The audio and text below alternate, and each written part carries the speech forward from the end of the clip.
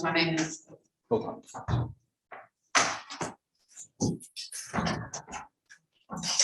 Are you Mr. Monteroso? You represent yourself?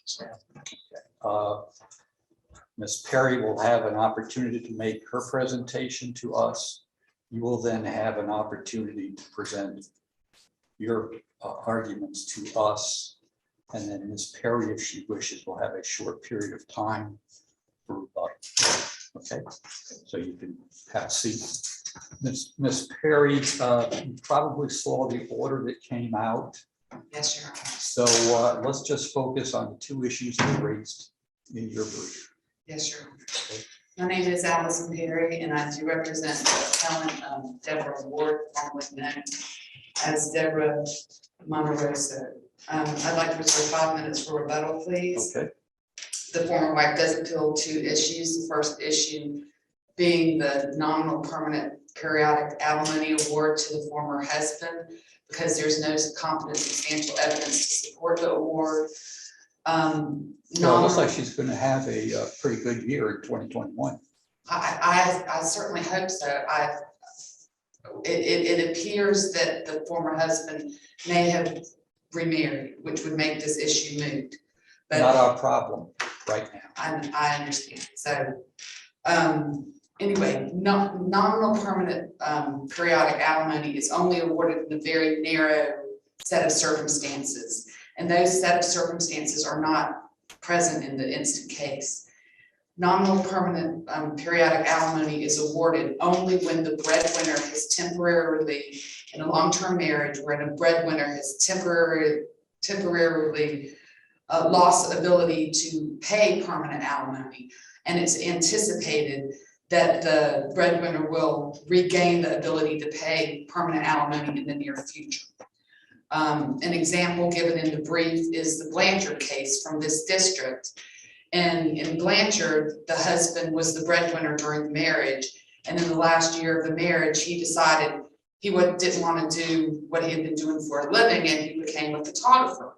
Well, at the time of the divorce, he wasn't making any money, and he wasn't making enough money to pay permanent alimony, so no alimony was awarded. And this court said, hey, wait a minute, you need to award a nominal amount of alimony, because he's either going to learn how to make money being a photographer, or he's going to go back to making to his old profession, and he'll be able to pay alimony in the future. So we need to leave that open, because in this marriage, he was the breadwinner.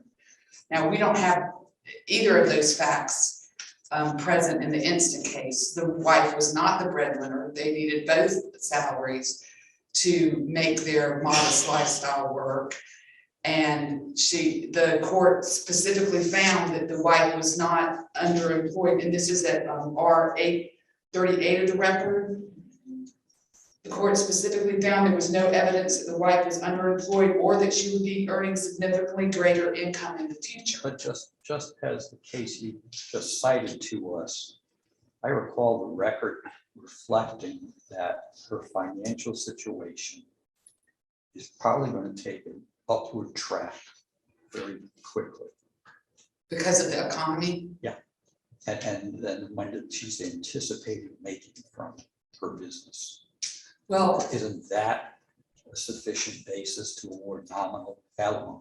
that wasn't in existence at the time that the economy wasn't on an upswing for realtors at the time that the final judgment was entered. Okay. So, things may have changed. And she also specializes in foreclosures. So that's a different animal. It's a different animal.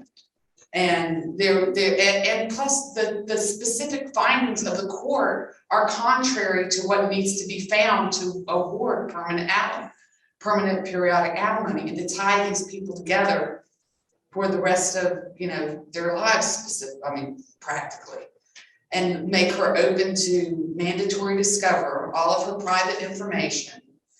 And it's not present. There's no competent substantial evidence to support a permanent periodic alimony award in this case. Now, going on to issue number 2, or do you have any questions on No, go ahead, take it as you wish. Issue number 2 is, there were 3 commissions for, marital commissions that had not been paid out, that the wife had received. And she testified that her, overhead ran 58%. That was not a forensic analysis, was it? That was her own analysis.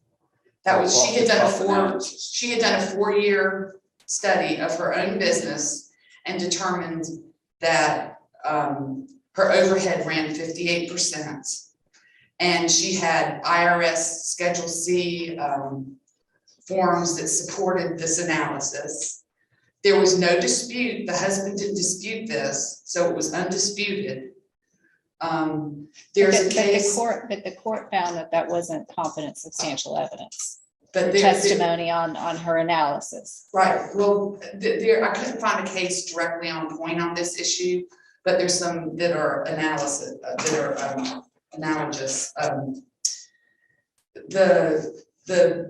And it's cited in my brief, Betty v. Gribble, which is from this district.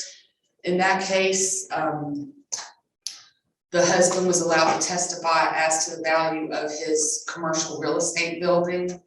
And the court found that was competent substantial evidence because he was the owner of the building. Well, that's different. I mean, an owner can always testify about the value of property. I'm not sure that carries over to someone trying to do an accounting analysis that comes up with an overhead number. Well, she's the owner of the business. I'm just doing an analogy. She's the owner of the business.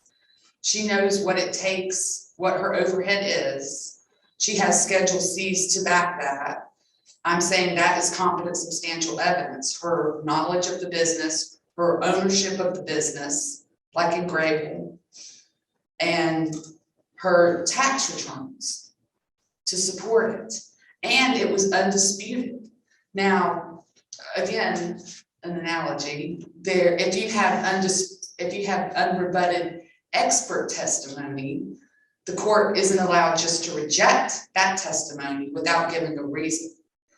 And here, you know, there was just no reason. It was just, there's no overhead. I mean, clearly there's overhead in producing income in a real estate business. And there's just no justification for the court just to say there's no overhead. And it results in a windfall to the husband, which is, you know, unfair and unequitable, and it's a court of equity. So the wife is asking that you reverse that also. Okay? Very good. Thank you, Gary. Mr. Monterosa. Good morning, judges. Thank you for rightly recognizing that there were no audited financial statements in that proceeding, and that the accounting methods were subject to just figures that could have pulled out of the hat back to Schedule C. So I'm going to leave that issue there. The issue on the alimony, I believe, should remain open based on the fact that it was a marital business, we kept it active together, we worked together. The upside potential was quite strong on my ex-wife's side to prosper in the future. And the court recognized that, left it open for me for the future, should I have need to go forward. And the court assigned the business to your ex-wife. Correct, the court made the business. I was left to go out and just get back on my own feet, which I'm working on. So I believe, you know, words of many deceptions, probably not very far behind, so I'm going to just be brief with that. That's the extent of my position. Very good. Thank you, sir. I have no rebuttals. Okay, fine. Thank you both. Thank you, Ron.